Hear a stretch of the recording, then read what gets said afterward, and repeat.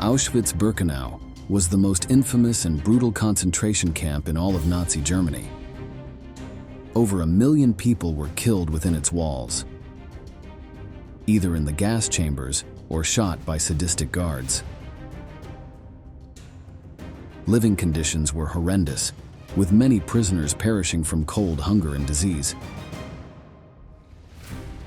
The corpses exceeded the capacity of the crematoria that operated day and night, filling the killing center with smoke and ash. Life there was short and cruel, and only a few of those who entered were fortunate enough to be free again.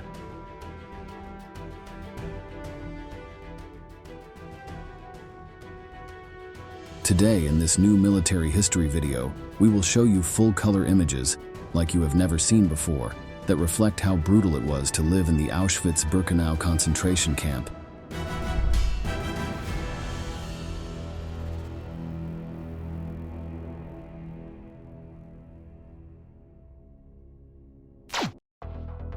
Poland was invaded by Germany on September 1st, 1939, thus beginning World War II. Within a month, the Nazis had swept away the defenders, and by October 6th, the entire country was under their control. Tens of thousands of soldiers were made prisoners of war, and civilians imprisoned by the Germans were also taken. These included politicians, intellectuals, journalists, artists, and many more who formed the elite of the nation's society. But now the Germans were faced with a dilemma. They needed a place to house them until they decided what to do with them. Near the town of Oswiecim, or Auschwitz in German, were barracks that had previously been used by Polish forces. There, the Nazis found the perfect place to establish the infamous concentration camp where millions of people would be murdered. It was in a sparsely populated area, but at the intersection of railroad tracks, which would facilitate the transportation of people. The first center built was called Auschwitz I, which had 22 one- or two-story buildings inside. Initially, about 700 Polish prisoners were sent there. But as the months passed, as the Nazis increased their conquests across Europe, more and more men and women were transferred. The camp was overwhelmed, so the German guards put the new arrivals to work. The number of buildings was expanded, and in those that only had one floor, an additional floor was added. The working conditions were brutal, with little food and almost no time for rest. The German guards, all members of the cruel SS, frequently tortured the weakest, making them work until they fell exhausted. Although the camp had not yet been converted into an extermination center, they did not care if their captives died. On June 22, 1941, Germany invaded the Soviet Union, and within a few months, they conquered hundreds of kilometers of territory, along with all the people who lived there. Hitler, he saw world Jewry as a threat to the German race. Right? Hitler's thinking about this in terms of biology. He also sees communism as a threat to Western civilization. And from Hitler's perspective, and many of those in the Nazi leadership, Jews were behind the Soviet threat. The Jew equaled a Bolshevik, so if he was able to destroy the Soviet Union, he could kill two birds with one stone. Due to the invasion, the Nazis again had thousands of prisoners to be imprisoned, and many of them were sent to Auschwitz. The population of 700 had, in just 1 year, grown to approximately 11,000. Not only were there Poles now, but also Jews, Slavs, Roma, communists, and many others, branded by the Nazis as inferior and subhuman. In October 1941, construction began on Auschwitz II, better known as Birkenau. The Germans intended that this new facility would be able to house over 30,000 people. Again, prisoners were used for the construction, Much of the work was done during the harsh Polish winter. Prisoners were forced to sleep in the barracks as they were built, and because the roof was the last thing to be put on, they had no protection from the merciless weather. Weakened by months of terrible conditions, many did not survive the cold. Exhaustion, hunger, and beatings by the Germans killed several others. The German murder machine was beginning to oil its gears, so in addition to the barracks, 4 gas chambers were built that would be used for a dark purpose.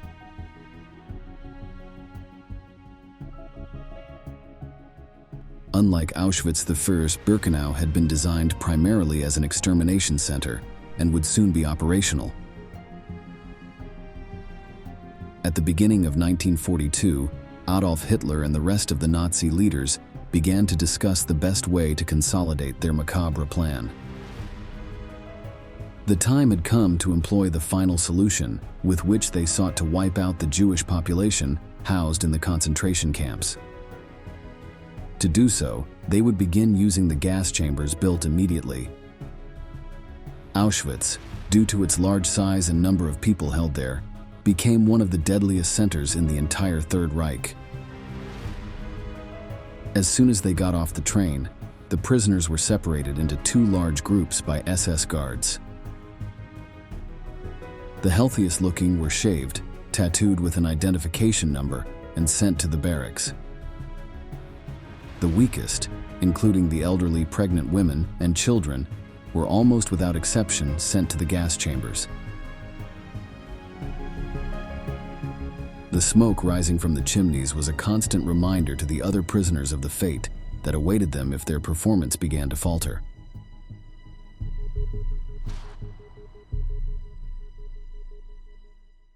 היה איזה מין מבנה כזה ששומרים עומדים בזה. ושם חיכינו איזה שעה, 2, 3. כמובן, אני מדברת שתמיד המלווים הגרמנים, זה לא...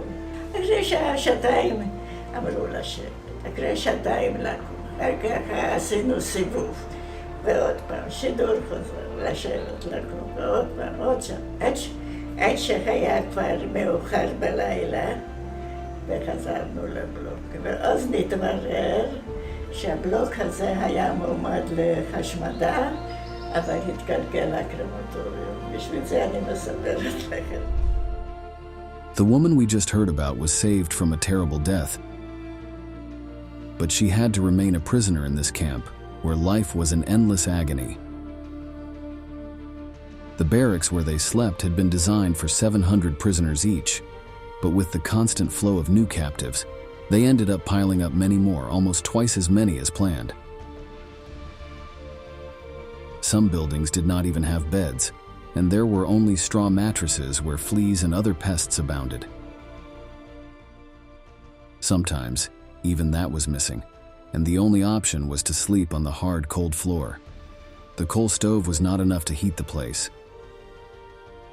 Many died due to these brutal conditions. The prisoners were awakened early by the guards, before the sun came up. Already at 5 in the morning, they had to be up for their breakfast. This consisted of an infusion of herbs or water boiled with grains as a substitute for coffee. It is not known what the origin was, but it was so bitter that many could not stomach it or refused it, even if it was one of the few meals offered. If they were lucky, they might be given a piece of bread. Then the SS men would take them out of the barracks to form lines for roll call. If someone took longer than allowed, or if the count did not add up to the expected number, this procedure could sometimes last for hours. It did not matter if it was raining or snowing. It was another time when the sadistic Germans could torture their prisoners. There were times when some people, so weakened by all their experiences, died during roll call, falling exhausted to the frozen ground. This, far from ending the matter, only made it last even longer. When the Germans were finally satisfied, they ordered them to march to their work detachments. Many worked making war products, such as vehicle parts or weapons. Others were employed by companies such as Bayer, Siemens, and IG Farben to increase their wealth. In fact, Auschwitz III, also called Monowitz, was built by the latter company to create synthetic rubber. This and other companies took advantage of slave labor, paying the Nazi government to employ the prisoners. Many were also used to expand the concentration camp, which always needed to house more captives, or in the coal mines outside the camp. Some women were taken to warehouses where they separated the valuable belongings of the captives, such as clothes and jewelry. Although they were theoretically sold to provide funds to the government, many of these items were appropriated by the guards as gifts for their wives.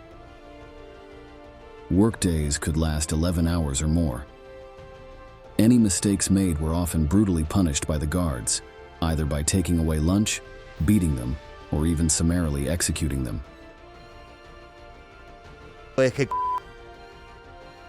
The food given consisted of soup with potatoes, grains, and flour.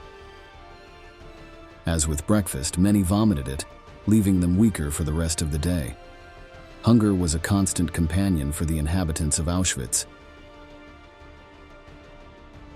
and malnutrition killed almost as many as the gas chambers. Food was brought to us in barrels, wooden barrels.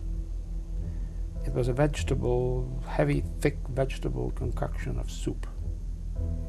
We were given what you might call a liter of it, one scoop, into a dish, into a bowl. I remember it was a maroon-colored bowl that we always wore. It was hanging from the belt together with a spoon. You didn't dare lose it, because without that you didn't eat. In a place like this, everyone had to think about their own survival.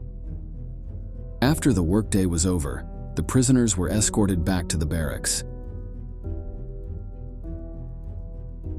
They were tasked with carrying the bodies of those who had died during the day to be burned. Dinner was not much better than lunch, consisting mostly of bread, and sometimes accompanied by a small piece of meat or cheese.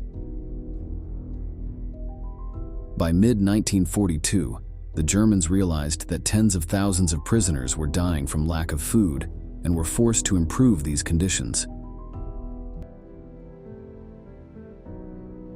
This was not due to a humanitarian issue, but merely a practical one. They were running out of sources of forced labor. However, this was not the case for the Jews and the Soviets, who had been marked for total extermination. They continued to suffer extreme hunger until their captivity ended. By the end of 1942, the final solution was in full operation. Many prisoners from other camps were sent to Birkenau to be killed there, as it had numerous gas chambers built for this macabre purpose. When they arrived, to prevent panic, they were told that the rooms they were sent to were for disinfection. But when the doors were closed, the Germans activated the gas, which was a pesticide called Zyklon B. Immediately, people began banging on the walls and begging for mercy, but it was all in vain. Minutes later, the screams stopped, and certain selected prisoners entered to remove the bodies. By 1944, it is estimated that approximately 20,000 people were killed in this way per day. The incinerators often could not cope with the number of corpses, and they piled up, rotting or freezing depending on the time of year.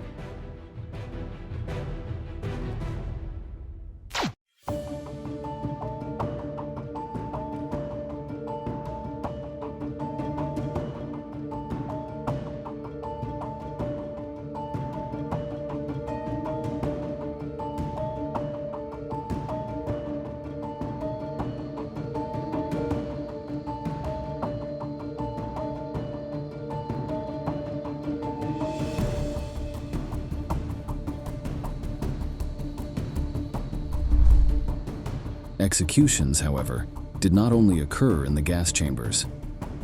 The guards were given explicit permission to unleash their fury on the prisoners. Any slightest infraction was severely punished, and these tortures often ended in the death of the victim. The prisoners barely reacted when a fellow prisoner was shot in the head, as the Germans had accustomed them to such crimes.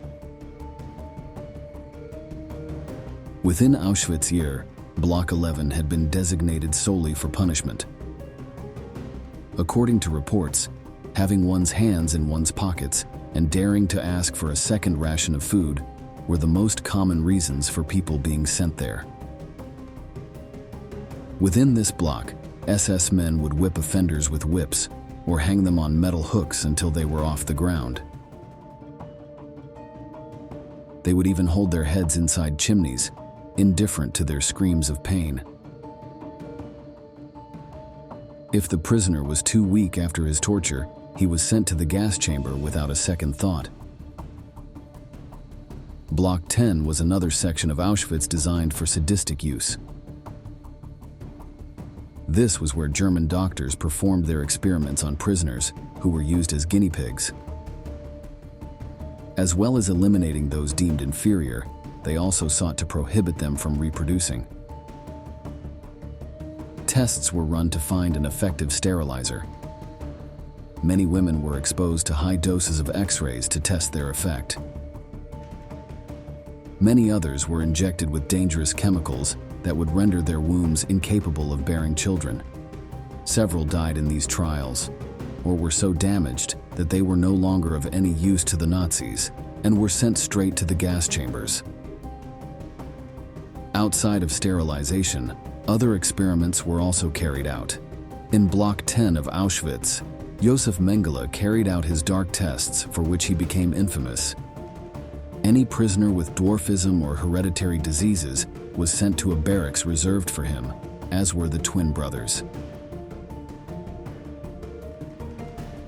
The Nazi scientist was obsessed with these conditions, so he carried out a large number of tests on these people. When he had obtained the information he sought, he would kill them and then dissect them.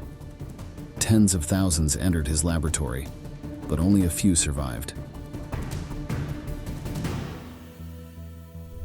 One day I became extremely ill after a visit to the lab, and I was taken to a barrack that was filled with practically living dead. So there you are, a living Yeah. dead person, knowing it.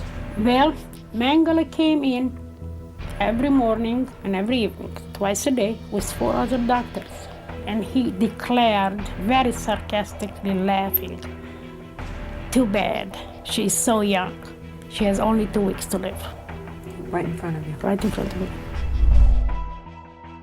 Of the 3,000 twins Mengele experimented on, only 150 survived until the camp's liberation.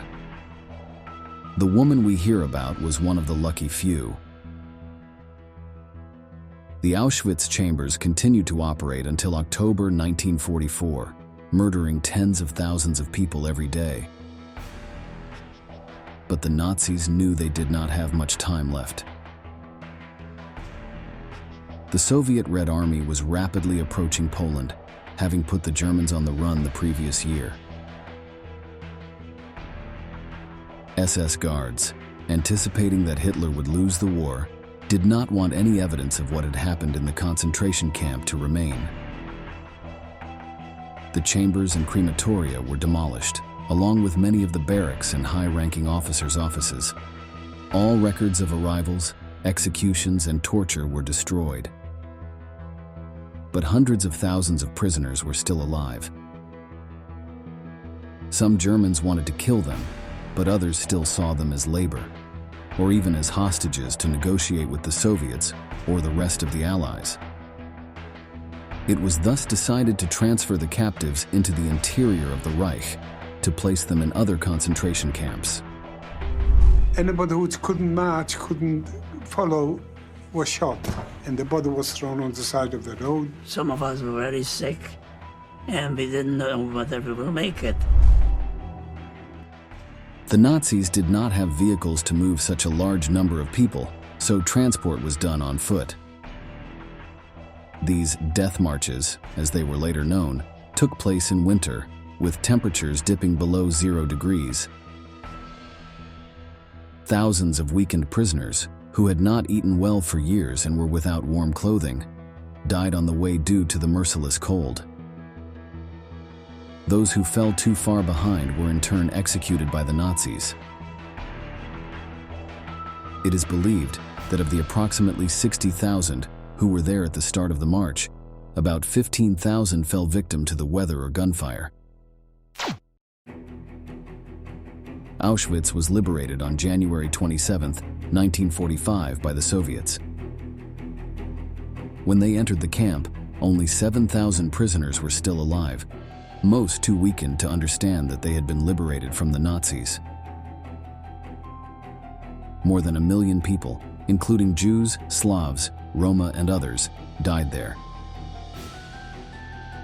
Because of the staggering number of deaths, it is one of the most famous concentration camps and an example of the cruelty to which the Nazi regime reached. But despite the Germans' attempts to denigrate them, many of these captives never lost their humanity. They held meetings to celebrate their religion, culture, and festivities throughout the years of imprisonment. They helped each other, sharing food and other goods, even knowing the fate that would await them if they were discovered by the guards. There were even rebellions, which, despite having failed, showed the unbeatable spirit of these people. We have reached the end of the video, and we want to ask you, what impacts you the most about the history of Auschwitz? Leave us your answer in the comments box below. And don't forget to subscribe to our channel to learn about many more military events that left their mark on history.